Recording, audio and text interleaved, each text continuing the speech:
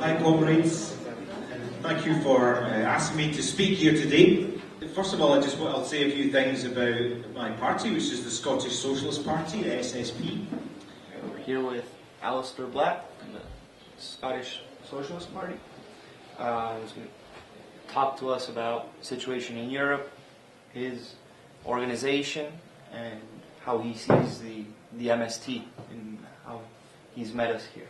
First of all, to deal with the situation in Europe, we've got a major crisis in the European Union and in the Eurozone, so those countries that are part of the euro currency. It really goes back to 2008 with the banking crisis, which particularly in Britain was a big crisis because the financial industry is very powerful there. The banks were bailed out for billions with no consequences for the banks. Now the euro is in crisis as well, and particularly that's affecting Greece, Portugal, Spain and Ireland, and also Italy, and then that's affecting the whole of the eurozone.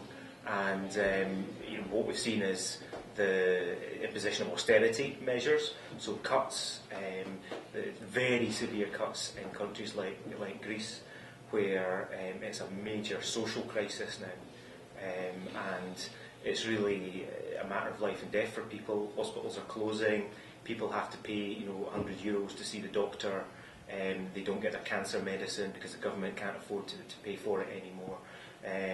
So really serious crisis, and it really represents the end of the project of the kind of EU elite, the sort of project the European bourgeoisie had to create this eurozone. So there's a big challenge to it. It's a big undermining of that project, to create a single currency, to create a powerful force in the world, which is Europe, powerful economic force, particularly driven by big economies like Germany and France and Britain. And it's failed. It hasn't succeeded at all. And what is being done is the ordinary European people, European workers, are the ones who are having to pay for it, having to pay for this crisis. And there's a lot of resistance. There's a lot of resistance to that. We've seen it in Greece with not only general strikes and demonstrations on the street, but also in the electoral arena, where Syriza have been successful. They didn't take power, but they went from a very small party of 2% of the vote to almost taking power. Elsewhere in France, you have the left front of Mélenchon, who, to people's surprise, was very, very successful as someone who is left of centre. Although people didn't take up the sort of far left of the new anti-capitalist party, but they went for Mélenchon, a kind of left reformist figure who was supported by the Communist Party. And elsewhere, you've got the Indignados in Spain, the struggle of the Spanish miners. In Britain too, big struggles of students. So very big for the first time for a generation. Students have become more militant again, but they've been very passive. And because young people have seen they don't have a future, they leave university. There's 25% youth unemployment in Britain. There's 50% youth unemployment in Spain. So there's no jobs for them. Those who can get jobs are low-paid jobs, menial jobs.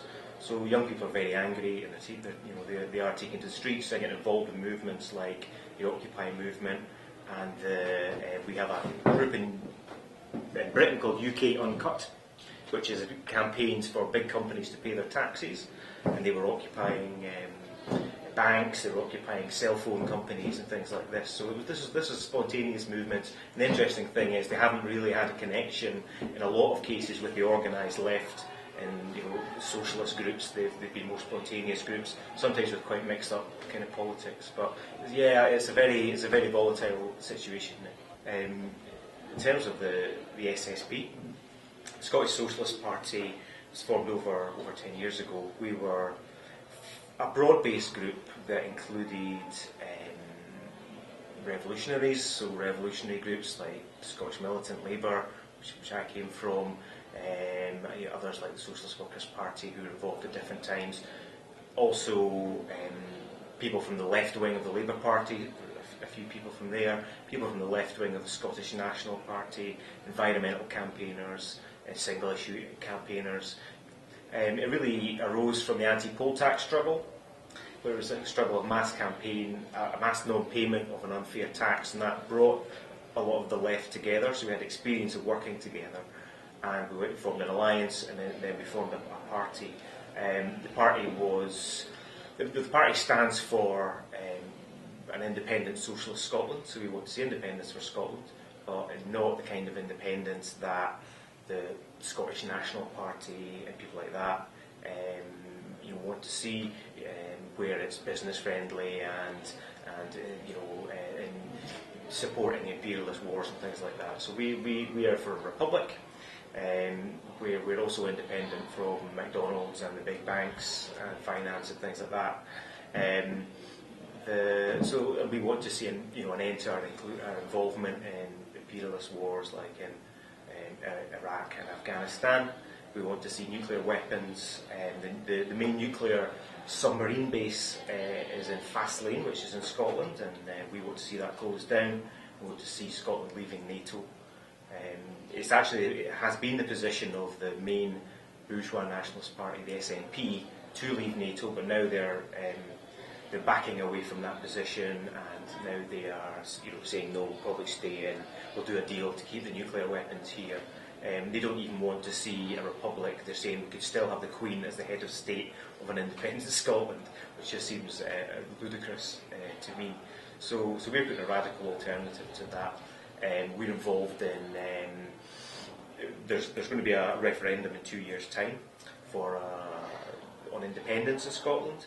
And we're involved in that. We are setting up a radical independence convention, which will bring together those who have a different vision of independence, who want to fight for a different kind of Scotland than the one the nationalists are trying to sell to us. So that's some of the things we're involved in. We have been involved in kind of historically. The party, the SSP, we have had in the past. We've had members in the Parliament, the Scottish Parliament. We had 6 members of Parliament. We don't have any members just now.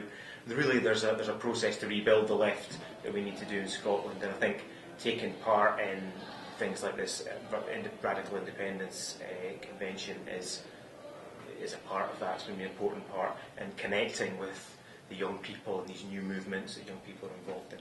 I think that's really important. In terms of Argentina, it's been very interesting for me to come to Argentina. It seems like compared with Scotland or with Britain, it seems a very vibrant political culture with lots of people are very well informed. Lots and lots of bookshops and people are reading and thinking. I think in Britain we've had a lot of problems because we've had the unions were under Thatcher were smashed, and the miners' strike in 1984, and there was very severe anti-trade union legislation was introduced. It was very difficult to go on strike in Britain or to take part in protests. I mean, I think I've seen 3 strikes since I've been in Argentina for 2 weeks, picket lines and things like this. So that's actually quite inspiring. And I think socialists internationally, I think it's always very important to be internationalist, and the SSP is an internationalist party. We're not nationalists, even though we support independence, we're internationalists. I certainly have always kept in contact with socialists around the world. We have an international committee in the SSP, and we're in touch with, as part of the European anti-capitalist left, we've had links with parties like the Left Bloc in Portugal, the Red Green Alliance in Denmark, the LCR, now the NPA in France, and other socialists across Europe, and also in other parts of the world as well. And I think it's really important because one thing is we don't have many links with South America, we don't really have the contacts, and I think people don't often know very much about what's going on politically. So I think in terms of learning and solidarity between us, I think it's quite important actually.